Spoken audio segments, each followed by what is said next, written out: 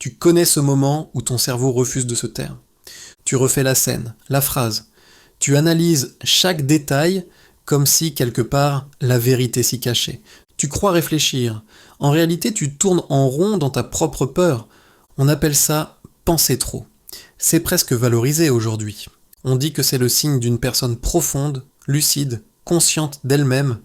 Mais si c'était l'inverse, et si penser trop n'était pas une preuve de conscience, mais une preuve de fuite, une stratégie mentale pour éviter de ressentir, parce qu'à bien y regarder, derrière chaque boucle de pensée, il y a la même émotion, la peur, peur de mal faire, peur d'être jugé, peur de choisir, peur de vivre tout simplement.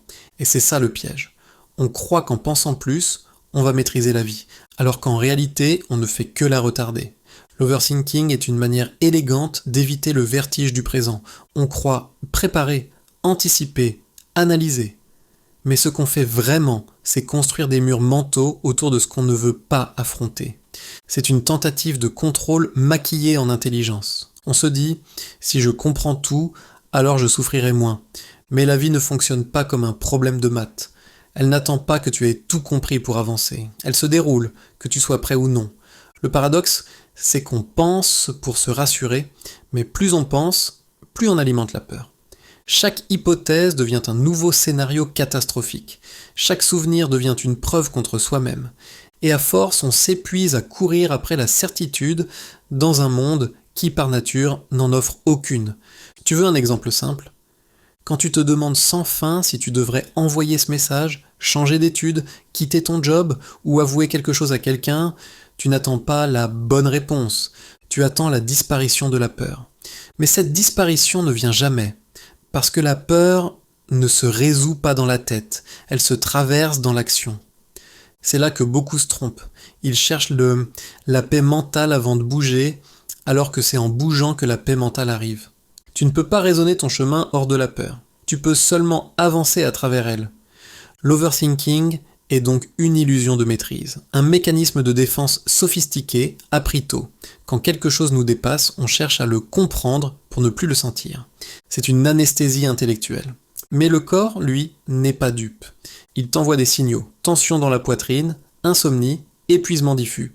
Tu peux faire semblant d'être calme, mais ton système nerveux sait que tu évites quelque chose. La vérité, c'est que tu n'as pas peur de penser trop. Tu as peur d'agir sans garantie. Tu veux des preuves avant de faire confiance. Tu veux des certitudes avant de te lancer. Mais la vie ne te donne jamais ça. Elle t'offre juste des directions floues et te regarde voir si tu oses bouger. Regarde autour de toi.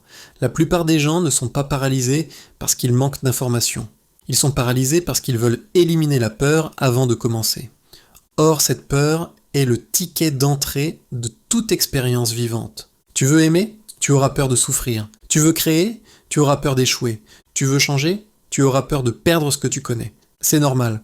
La peur, c'est la preuve que tu es en train de sortir du connu.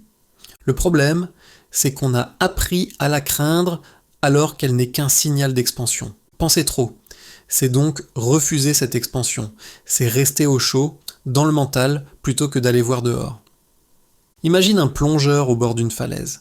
Il passe des heures à calculer la hauteur, la température de l'eau, la trajectoire idéale.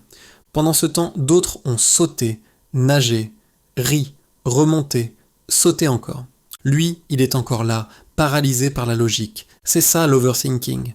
Une vie passée à calculer la température de l'eau au lieu de plonger. Et plus tu attends, plus ton cerveau trouve de raisons de ne pas y aller. Parce que penser, c'est rassurant, c'est familier, c'est statique. Agir, c'est risqué, c'est vivant, c'est incertain. Ce qu'il faut comprendre, c'est que penser trop n'est pas un défaut à corriger, mais un signal à écouter. C'est le langage de la peur quand elle n'est pas accueillie. Elle te dit « je ne me sens pas en sécurité ». Et toi, au lieu de lui répondre par la présence, tu lui réponds par l'analyse. Mais la peur ne cherche pas d'argument. Elle cherche une preuve que tu peux tenir debout, même sans contrôle. Le basculement se produit le jour où tu cesses de chercher la certitude et que tu commences à chercher la confiance. La certitude, c'est vouloir savoir avant d'agir. La confiance, c'est agir même sans savoir. Et cette différence change tout. Parce que la vie n'appartient pas à ceux qui comprennent tout, mais à ceux qui osent avancer malgré ce qu'ils ne comprennent pas. Regarde les moments où tu as vraiment grandi. Ce n'était jamais quand tu avais tout prévu. C'était quand tu as fait quelque chose qui te dépassait. Tu as sauté, tremblant, maladroit, parfois en pleurant, et pourtant tu l'as fait. Et après tu t'es dit, c'était pas si terrible. C'est ça le remède à l'overthinking. Pas plus de réflexion, mais plus de mouvement. Tu peux passer des semaines à réfléchir à ton futur, ou tu peux faire un pas dans une direction, observer, ajuster, recommencer. La différence entre les deux, c'est que dans le premier cas, tu restes dans la tête, et dans le second, tu entres dans la vie. Alors oui, tu peux continuer à tout analyser, tu peux débattre avec toi-même, tourner chaque mot dans ton crâne, attendre la bonne décision. Mais sache une chose, pendant que tu penses, la vie continue sans toi. Et un jour, tu réaliseras que tu as passé plus de temps à anticiper la vie qu'à la vivre. Penser trop, c'est vouloir une vie sans surprise. Mais une vie sans surprise, c'est une vie sans intensité. Et sans intensité, tu ne ressens plus rien. La solution, ce n'est donc pas de moins penser au sens idiot du terme, mais de penser différemment. Penser comme un outil, pas comme une armure. Utiliser ton esprit pour comprendre ce que tu vis, pas pour te protéger de ce que tu ressens.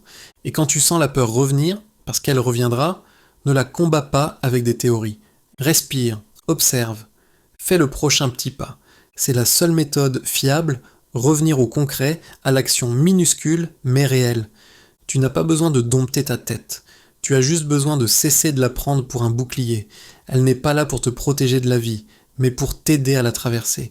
Moins tu essaies de tout comprendre, plus tu laisses la place à l'expérience. Et c'est dans cette expérience, brute, imparfaite, vivante, que la peur se dissout. Parce qu'en fin de compte, la paix n'est pas au bout de la réflexion, elle est au bout du courage. Alors arrête de négocier avec tes peurs, dis-leur, je vous entends, mais j'y vais quand même. Et avance. C'est comme ça qu'on apprend à vivre. Merci d'avoir écouté cet épisode et à bientôt.